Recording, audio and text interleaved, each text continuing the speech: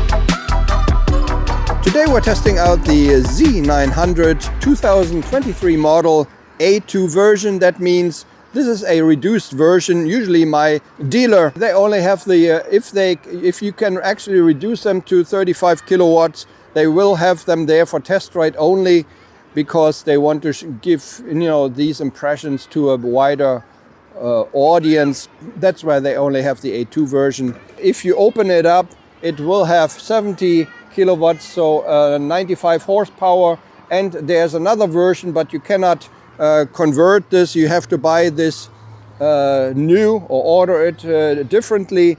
It is the 125 horsepower version, which is basically identical, but for one teeny tiny thing actually, because this year they changed it that this A2 version does not have any riding modes anymore, and therefore the big version has riding modes. This one does not have any riding modes anymore. You have the traction control in three positions, 1, 2, 3. And so, if you're riding in rainy conditions, you can still put it on number 3 that you don't slide in the rear. So you don't really lose anything, I would say. Anyways, yeah, this is a 2023 model. I actually have owned the 2020 model. That was the first model with a new display. I really like it a lot, and it's just a joy to ride. The 125 horsepower version is actually fairly similar. It sounds kind of strange, but it feels similar. It is fairly not sensitive. It feels like you can actually, as a beginner, ride even the 125 horsepower version because the throttle acceptance is very smooth, and it also a big joy to ride the 125 horsepower. If you take it out on the highway, freeway, then of course, on 5th and 6th gear it handles, or you have much more power naturally than on this version. But if you're on the country roads, I would say for me personally, the 48 horsepower is more than enough, or if you open it up to 95, also still enough for me.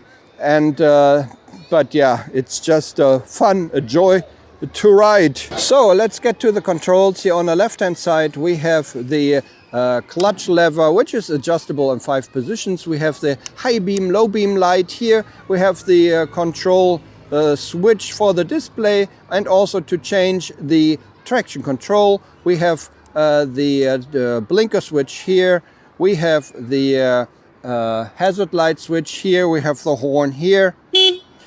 On the right hand side we have the throttle. Basically we have the brake lever for the front disc brakes, which are 300 millimeters. In the rear I think it's 250. We have the emergency cutoff switch here, and we have the starter switch here. The display in the middle, I will not go into much detail here. As I said, this year they only changed. We do not have any riding modes. We have traction control, as you can see here in mode number 2. We have the gear indicator in the top left corner. We have a nice RPM counter which goes like this from left to right. I really like it. We have the fuel level on the left hand side, a big speedometer in the middle. Then we have the different values we can switch around here. The upper one we have trip A, trip B, and the odometer. Down below we have the range, average speed, total time, battery, and actual fuel consumption, average fuel consumption, that's it. We also have the clock. We have a display menu which you can go into when you press these two buttons at the same time. I will not go into detail here. We also can switch the display to inverted. If you like the inverted display better, you have to press the right hand button here. And as you can see, it's much brighter, maybe clearer to see if you like it like this. So that's basically the display.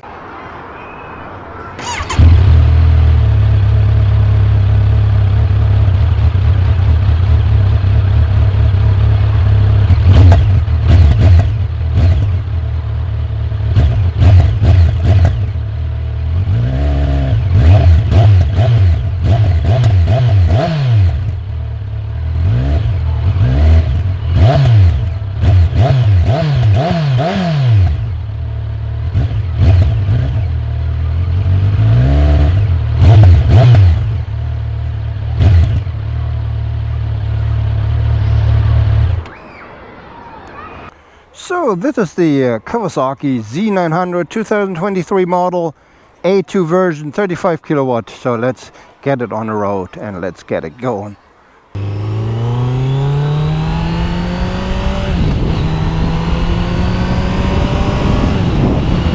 Yes, so we're back here on the Kawasaki Z900 2023 model. This is the official A2 version, reduced version to 35 kilowatts of power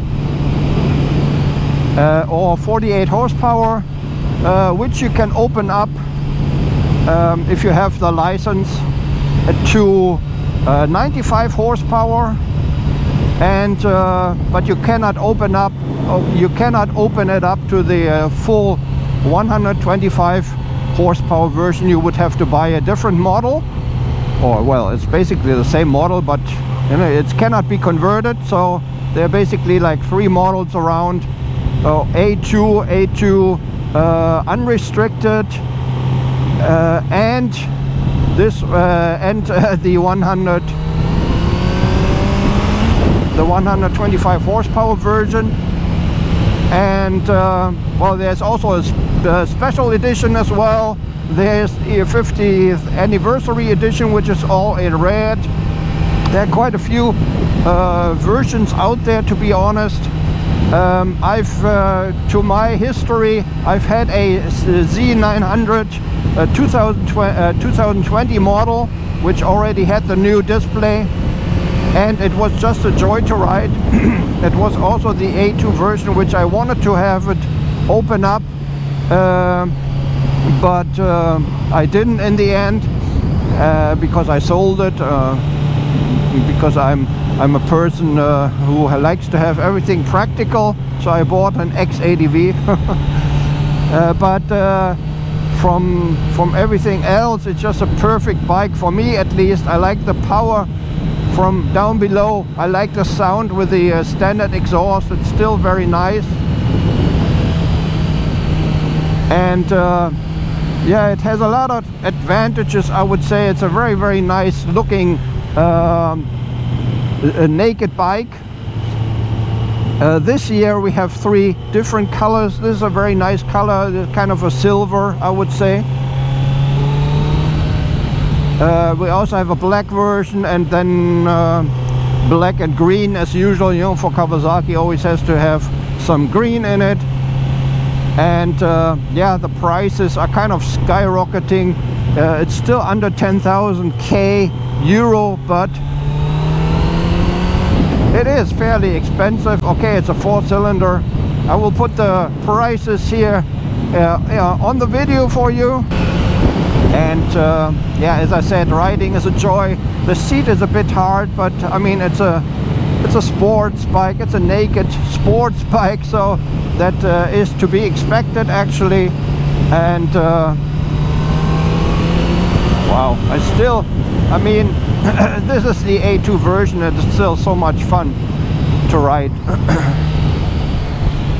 In the 2023 model, not much has changed.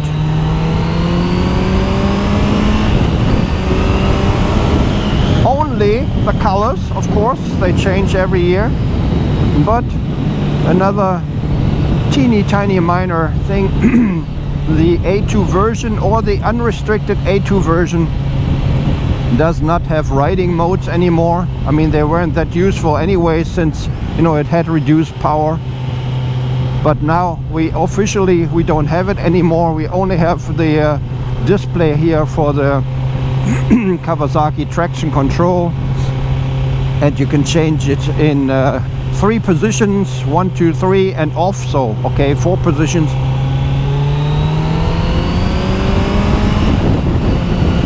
And yeah, nothing has changed, just the colors in this year, and they took that out. Handling wise, here we have the suspension check. Yeah, oh, it is very hard, very hard suspension, but I mean, you can adjust it a little bit to your liking, I would say. But other than that, on country roads like this, for example, it is just a joy to ride. I really do like it. And I mean, I've made so many reviews and test rides of the Z900 already, also because I actually had it, you know, in 2020 for one and a half or 2 years or something. But I mean, there's not much to be said about it, you know. It's just a very nice bike for me, almost perfect. I mean, no bike is perfect, but it always depends on what you want it for, you know. But this is really also the seating position. Still, I mean, I'm not the youngest anymore. It's not really that much forward, like on super sports bikes or something. And so it is fairly relaxed, you know, not that relaxed like on a X80V or something. But it is still fairly relaxed, and so you don't get too tired too fast. The display is easily readable, even in sunny conditions. At the moment it's kind of shady here, but even in sunny conditions, under sunny conditions, it's still visible. So that's very nice for a TFT display.